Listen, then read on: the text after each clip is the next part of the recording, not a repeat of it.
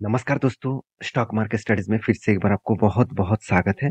तो आज यहाँ पे मैं डिस्कशन करूँगा कुछ इम्पोर्टेंट कंपनी के अपडेट के बारे में और इस अपडेट के माध्यम से आपको कुछ कंपनीज़ की जानकारी मिलेगा, जो जानकारी आपको बहुत हेल्प करेगा एज़ ए लर्निंग पर्पस में, एज़ ए स्टॉक मार्केट के बारे में जानकारी किस बेसिस में लेना चाहिए, किस तरीके से कंपनी को रिसर्च करके और टेक्निकली चार्ट पैटर्न देखकर आपको काम करना है, वो साथ सब कुछ मैं इन्फॉर्मेशन आपको इस वीडियो के माध्यम से देने वाला हूँ। तो वीडियो को लास्ट तक देखिए और अभी तक अपने चैनल को सब्सक्राइब नहीं किया तो जरूर कर लीजिएगा। तो सबसे पहले मैं डिस्कशन करूंगा एलटीआई माइंटी के बारे में। देखिए एलटीआई माइंटी आप सभी जानते हैं आईटी सेक्टर के एक जायंट कंपनी बन चुके हैं। जायंट मतलब देखिए आईटी सेक्टर में जो टॉप 5 कंपनीज है उसके अंदर इस कंपनी का नाम दिखेगा। तो अगर मैं आईटी सेक्टर के टॉप 5 कंपनीज के बारे में बात करूँ तो नंबर 1 कौन है? टीसीएस, उसके बाद इन्फोसिस, एचसीएल टेक, विप्रो और एलटीआई माइंट्री।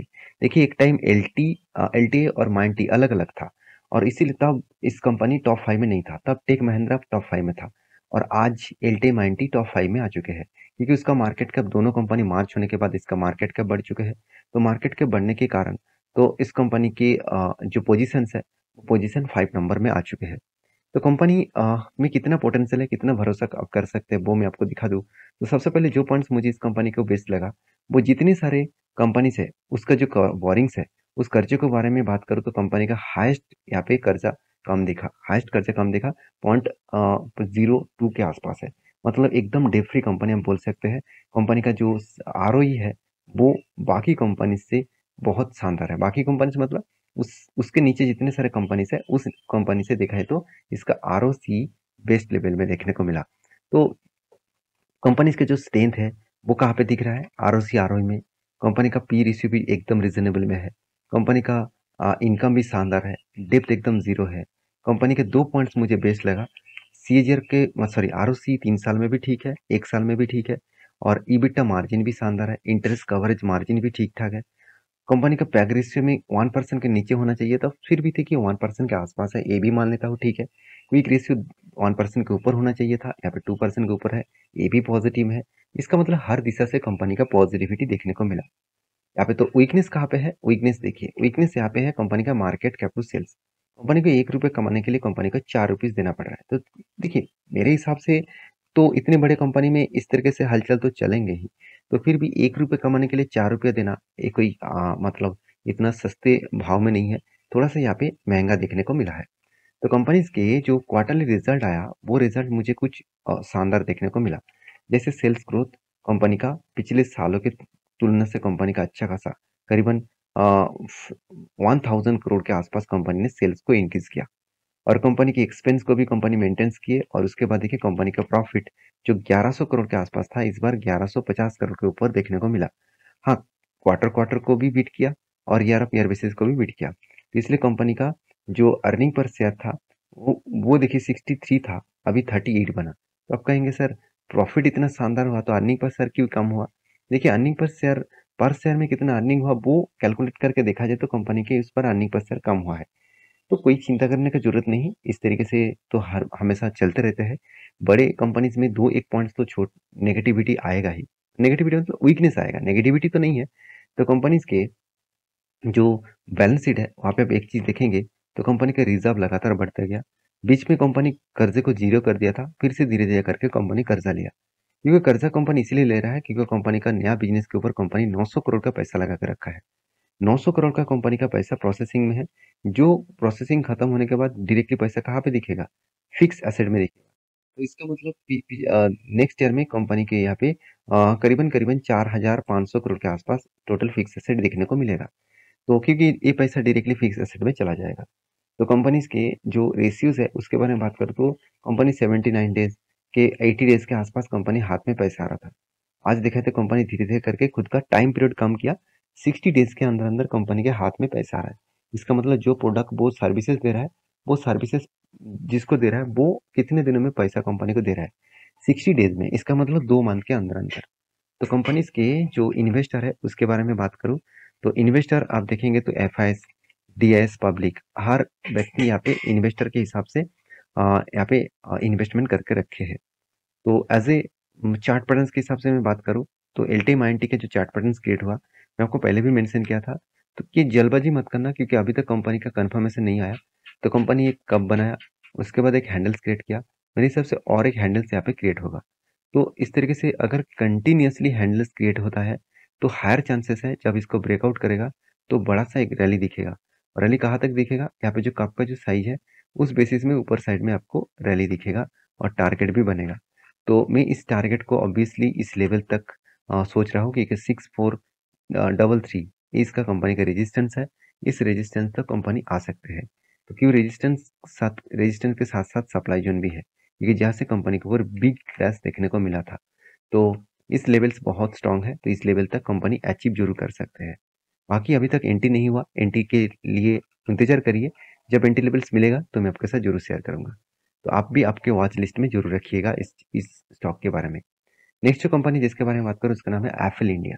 देखिए एफएल इंडिया, आप सभी जानते हैं इस कंपनी एक आईटी सॉल्यूशन कंपनी है और इस कंपनी देखा जाए तो जितने सारे एडवर्टाइजमेंट प्रोग्राम्स है, साथ ही साथ अलग अलग जो आप इसका कंपनी का जो प्रोडक्ट है वो आप देखेंगे। देखिए FL India is global technology companies with जो proprietary consumers, actually platform company किस बेसिस में काम कर रहा है, ट्रांसफॉर्म एड्स इनटू रिकमेंडेशंस। तो कंपनी एड्स जो चलते हैं उस तरीके से प्रोजेक्ट के ऊपर काम करते हैं। साथ ही साथ इफेक्टिवली जो आइडेंटिफाइड है उसके ऊपर भी कंपनी काम कर रहा है। तो इस तरीके से प्रोजेक्ट के ऊपर कंपनी काम करते हैं। तो कंपनीज के जो परफॉर्मेंस है उसके बारे में बात करें तो परफॉर्मेंस तो अच्छा दिखा। जैसे आरओसी तो ठीक है, पी रेशियो थोड़ा सा हाइक लगा, ज़्यादा लगा। तो कितना हाई है मैं आपको बता दूं। कंपनी एक टाइम पी रेशियो कहाँ पे चला गया था, करीबन 163 के आसपास, वहाँ से गिरकर 60 तक आया। तो कंपनी का प्राइस भी देखिए, उस टाइम में कंपनी का प्राइस हाई था, अभी प्राइस भी गिरा, उतना नहीं गिरा पी रेशियो जितना गिरा है। तो मेरे हिसाब से कंपनी का जो एवरेज जो पी रेशियो है वो देखना बहुत जरूरी है। एवरेज पी रेशियो है, मीडियन जो पी रेशियो है वो एक्चुअली 69 है। इसका मतलब मीडियन पी रेशियो हाई है और कंपनी अब खुद का पी रेशियो अभी 60 के आसपास है, तो ठीक ठाक लेवल में देखने को मिला है।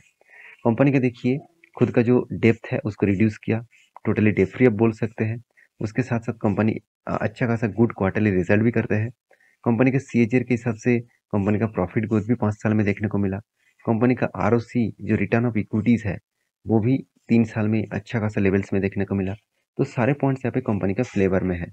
कुछ नेगेटिव भी है, जैसे company stock trading book value के 10 टाइम्स नीचे मतलब 10 टाइम्स ऊपर कंपनी ट्रेड कर रहा है। तो हमेशा इस तरीके से चीज़ दिखेगा।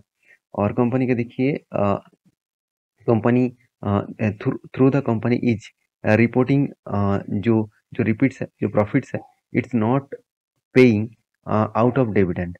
तो साथ ही साथ कंपनी टैक्स रेट जो सेम्स लो है वो भी आप देख सकते हैं। प्रोमोटर होल्डिंग्स जो है वो भी आप देख सकते हैं। तो ये सारे चीज यही यही कह रहा है कि कंपनी में कुछ पॉजिटिविटी है, कुछ नेगेटिविटी है। फिर भी मैं इस कंपनी के ऊपर बहुत बुलिश हूँ, क्योंकि जो नेगेटिविटी पॉइंट्स है वो नेगेटिविटी पॉइंट्स इजीली पॉजिटिव हो सकते हैं, क्योंकि प्रोमोटर के पास जो होल्डिंग्स है वो 3 साल में कम हुआ है। कल जाकर प्रोमोटर फिर से माल खरीदारी कर सकते हैं और डिविडेंड भी कंपनी कंटिन्यूसली अगर दे दे तो सब कुछ ठीक हो जाएगा।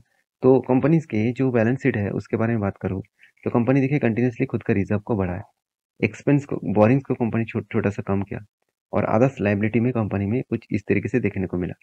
तो कंपनी के फिक्स एसेट के बारे में बात करें तो फिक्स एसेट कुछ 800 करोड़, 850 करोड़, 650, 700 करोड़ के आसपास देखने को मिला है। तो कंपनीज के जो इन्वेस्टर है उसके बारे में बात करूँ तो F I S D S public हर किसी के पास इस कंपनी का हिस्सेदारी देखने को मिला है। तो इस सारे पॉइंट्स कंपनी के ऊपर देखा जाए तो एक अच्छा खासा पॉइंट ऑफ व्यू से देखने को मिला।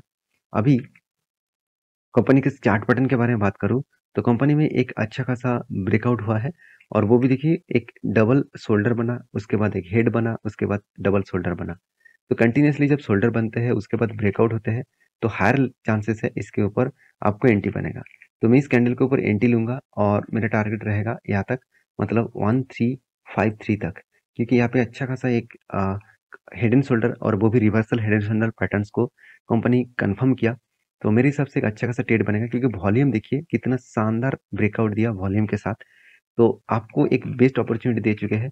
मैंने ऑलमोस्ट एंटी यहाँ पे ले चुका हूँ। मेरे हायर साइड में और भी कुछ क्वांटिटी ऐड करूंगा और मेरा टारगेट यहाँ तक रहेगा। तो यहाँ तक अगर टारगेट मिलता है तो करीबन 21% का टारगेट मिलेगा। तो 21% तो नहीं मिलेगा, अगर लोअर साइड से देखें तो 21% है।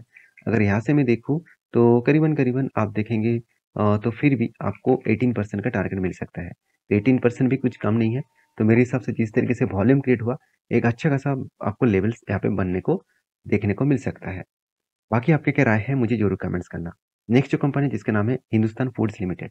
तो देखिए ये एक पॉपुलर कंपनी बन चुके हैं हिंदुस्तान फूड्स, क्योंकि एक एफएमसीजी और फूड प्रोसेसिंग कंपनीज है। तो इस कंपनी के बारे में डिस्कशन करूँ तो फूड से लेकर home care, personal care, beverages product company बनाते हैं और इसका कस्टमर बेसिस भी बहुत स्ट्रांग है। चाहे वो आईटीसी हो, हिंदुस्तान यूनिलीवर हो, चाहे वो बाकी कंपनीज हो, वो इसका इस तरीके से कंपनीज को भी माल डिलीवरी करते हैं। तो कंपनी की जो स्ट्रेंथ है उसके बारे में बात करें तो आरओसी आरओई तो ठीक है। कंपनीज के मार्केट कैप बहुत छोटा है, तो स्मॉल कैप टाइप कंपनी है तो बड़ा होने का चांसेस भी है, पोटेंशियल भी है। आरओसी भी देखिए ठीक मतलब सॉरी पी रेशियो थोड़ा सा हाई है। कितना हाई है मैं आपको बता दूं, कंपनी की एक टाइम पी रेशियो चला गया था 157 के आसपास, तो आज कितना है 80 के आसपास। इसका मतलब पी रेशियो में एक करेक्शन देखने को मिला है। कंपनी का प्रॉफिट एंड लॉस क्वार्टरली में अभी तक रिजल्ट नहीं आया। प्रॉफिट एंड लॉस साल भर के बारे में बात करूं तो साल भर में हम देखेंगे तो कंपनी सेल्स किस बेसिस में इंक्रीज हुआ। 2019 में से 400 करोड़ के 500 करोड़ के आसपास था, यहाँ पे देखिए 500 करोड़ से करीबन 2,500 करोड़ बन चुके हैं। इसका मतलब सेल्स भी बढ़ा, एक्सपेंस भी बढ़ा और कंपनी का प्रॉफिट मार्जिन, नेट प्रॉफिट भी बढ़ा। तो सब कुछ यहाँ पे ज़्यादा से ज़्यादा देखने को मिला। तो इस बेसिस में कंपनी के ऊपर ग्रोथ भी हुआ, sales growth, profit growth, return of equity, उसके साथ साथ सीएजीआर का परसेंटेज, सब कुछ आपको पॉजिटिव में दिखा। कंटिन्यूसली कंपनी एक जर्नी दिखाया, उस बेसिस में कंपनी आपको धमाका रिटर्न भी दिया। अभी कंपनी का कैश फ्लो के बारे में बात करो, कंपनी देखिए ऐसे नहीं कि कंपनी सिर्फ प्रॉफिट ही दिखा रहा है, हाथ में कुछ पैसा ही नहीं आ रहा है। कंपनी के हाथ में टाइम टू टाइम पैसा भी आ रहा है। उसके साथ साथ कंपनी के जो ट्रेड रिसीव हुआ, इस बार कंपनी ने कितना ट्रेड रिसीव किया वो दिखा दो, 104 करोड़ के आसपास ट्रेड रिसीव किया। 104 करोड़ खुद को इस साल में कंपनी को ट्रेड मिला, जिसके चलते कंपनी कुछ प्रोसेसिंग में पैसा भी लगा दिया। 125 करोड़ कंपनी का प्रोसेसिंग में पैसा लगा हुआ है। उस प्रोसेसिंग खत्म होने के बाद डायरेक्टली पैसा कहाँ पे मिलेगा, फिक्स एसेट पे मिलेगा। इसका मतलब फिक्स एसेट बढ़ते जाएंगे, तो फिक्स एसेट जब बढ़ेंगे तो कंपनी में एक पोटेंशियल भी बढ़ेगा। तो मेरे हिसाब से इस कंपनी का जो इन्वेस्टर है, वो इन्वेस्टर देखिए धीरे धीरे करके एफआईएस और डीएस ने भी माल उठाया और पब्लिक और प्रोमोटर के पास सबसे ज्यादा होल्डिंग्स है। तो रही बात इस कंपनी का चार्ट पैटर्न्स का, तो मैंने कुछ चार्ट पैटर्न्स आपको इस तरीके से आपको यहाँ पे कुछ क्रिएट होता दिखा तो मैं आपके साथ शेयर किया। देखिए कंपनी क्या किया, जब से स्टार्टिंग हुआ उसके बाद कोविड आया, कोविड से लेकर कंपनी की जो जर्नी है वो एक लॉन्ग जर्नी दिखा, क्योंकि कंपनी सिर्फ 70 रुपीज़ था, 70 रुपीज़ से 750 रुपीज़ तक गया। इसका मतलब कंपनी आपको 10 टाइम्स रिटर्न दे चुके हैं, 10 गुना रिटर्न कंपनी ऑलमोस्ट दे चुके हैं। उसके बाद क्या किया, इस रेंज को कंपनी ब्रेकआउट किया, ऊपर गया, यहाँ पे रेंज बनाया, ऊपर गया, फिर से यहाँ पे रेंज, ऊपर गया, यहाँ पे कुछ टाइम बिताया। टाइम बिताया का मतलब क्या है मैं आपको बता दूं, कंपनी यहाँ पे क्या बनाया, कंपनी यहाँ पे देखिए एक पैटर्न्स क्रिएट किया। एक पैटर्न्स का मतलब है एक कफ विथ हैंडल, सॉरी एक head and shoulder patterns create किया। तो जब head and shoulder patterns create होता है, मैं एक बार फिर से आपको मार्किंग करके देता हूँ और भी आपको क्लियर हो जाएगा ये चीज। तो यहाँ पे क्या बना, एक मतलब डबल शोल्डर बना, उसके बाद यहाँ पे देखिए बिग हेड बना, उसके बाद यहाँ पे एक शोल्डर बना और यहाँ पे एक शोल्डर बना। तो ब्रेकआउट यहाँ पे हुआ था और यहाँ पे जो टारगेट रेशियो बन के आया, तो मैं आपको टारगेट रेशियो दिखा दूं तो थोड़ा सा मैं आपको जानकारी के लिए यहाँ पे दिखा दूं ये कंपनी यहाँ पे टारगेट किस तरीके से निकला। यहाँ पे देखिए टारगेट इजीली अचीव हुआ, इजीली टारगेट कंपनी अचीव किया। यहाँ पे बाइंग एंट्री मिला और इजीली टारगेट मिला कितना, 34% का टारगेट मिला। तो मेरे हिसाब से एक बेस्ट अपॉर्चुनिटी था। उस अपॉर्चुनिटी में माफी चाहता हूँ मैं आपको शेयर नहीं कर पाया, और मैंने इस ट्रेड को जरूर लिया था और मैंने ट्रेड थोड़ा सा लेट हो गया था, फिर भी मुझे प्रॉफिट मिला। और आपको मैं मेंशन नहीं इसीलिए नहीं कर पाया क्योंकि थोड़ा सा लेट हो गया था। तो कंपनी के देखिए फिर से एक ट्रेड बना है, कंपनी के ऊपर देखिए यहाँ पे जो पैटर्न क्रिएट हुआ, यहाँ पे एक हेड बना, उसके सॉरी शोल्डर बना, उसके बाद हेड बना, फिर से देखिए शोल्डर बना। मगर इस ट्रेड को मैं इस तरीके से नहीं देखूंगा क्योंकि जो लास्ट जो शोल्डर बना उसके नीचे कंपनी का एक शोल्डर बन गया। तो मैं इस शोल्डर को फिर से अलग तरीके से दिखूंगा। यहाँ पे शोल्डर है, यहाँ पे हेड बना और उसके बाद फिर से एक शोल्डर बनेगा, तो एक बड़ा सा मोमेंटम दिखेगा। तो मैं इंतजार कर रहा हूँ इस रेंज को ब्रेकआउट करने का। इस रेंज को ब्रेकआउट करेगा तो एक बड़ा सा मोमेंटम देखने को मिलेगा। तो फिलहाल के लिए होल्ड करना, कभी भी मौका मिले तो जरूर आपके साथ शेयर करूंगा। तो नेक्स्ट जो कंपनी जिसका नाम है लंकार होल्डिंग्स लिमिटेड। तो लंकार होल्डिंग्स लिमिटेड जो है, इस कंपनी ने बहुत शानदार परफॉर्मेंस देने के बाद, कंपनी के बोर्ड ने एक अनाउंसमेंट किया। वो अनाउंसमेंट क्या है, कंपनी का बोनस। कंपनी 18 तारीख को बोनस देने वाले है और वो भी 1:2 रेशियो का, मतलब हर 2 शेयर में आपको 1 शेयर बोनस के हिसाब से मिलेगा। तो आई होप वीडियो आपको अच्छा लगे, तो प्लीज़ एक लाइक जरूर करना, दोस्तों के साथ शेयर भी करना और इस तरीके से इन्फॉर्मेशन पाने के लिए चैनल को सब्सक्राइब भी करना। ये वीडियो टोटली एजुकेशन पर्पस में था, कोई बाय एंड सेल का रिकमेंडेशन नहीं था। तो प्लीज़ रिसर्च करके ही काम करना। मिलते हैं नेक्स्ट वीडियो में, तब तक के लिए अच्छे से रहिए, अपनी ख्याल रखिए, बाय बाय।